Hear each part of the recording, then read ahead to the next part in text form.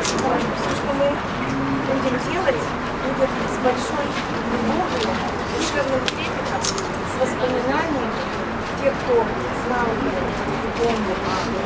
А те, кто так получилось, не пересеклась жизнь, знают они, пользуются тем достоянием, тем созданием, которое руководствовала наша дорогая Валентина Александровна.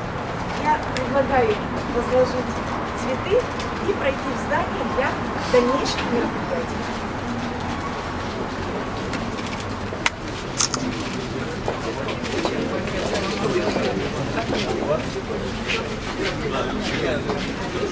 Подтягивай.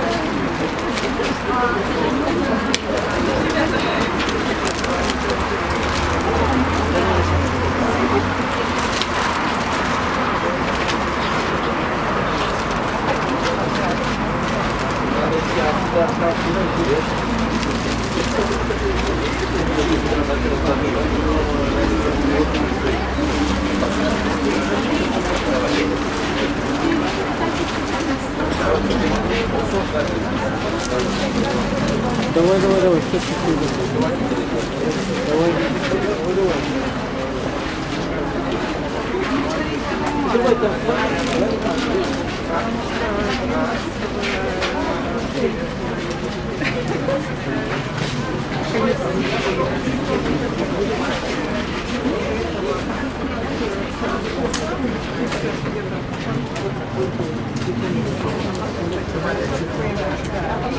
Так, вы там будете или здесь? Мы там возложим цветы.